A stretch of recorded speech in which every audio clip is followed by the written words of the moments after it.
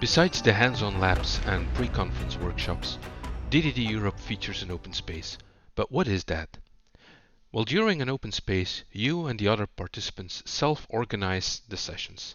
There isn't much of an upfront agenda, and the outcomes are unknown. And yet, it works surprisingly well. Any topic is valid. You could do a domain modeling session, or you could get help understanding some tricky topic. You could do a questions and answers session, or you could do an ensemble programming session, or even just a classic presentation where you show some slides and explain your idea. There are a couple of principles that make this work. Whoever comes are the right people, and whatever happens is what was supposed to happen. And if you're not getting value, or you feel you are not contributing value, feel free to go elsewhere.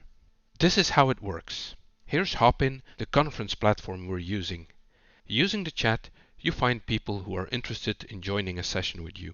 Using the Sessions tab, you can create a new session. Enter some details and a session will appear along with the other sessions. After joining and sharing your audio and video, you can now start talking to the other participants. Besides starting sessions ad hoc, there will also be a marketplace where you can announce your sessions in advance and find other participants.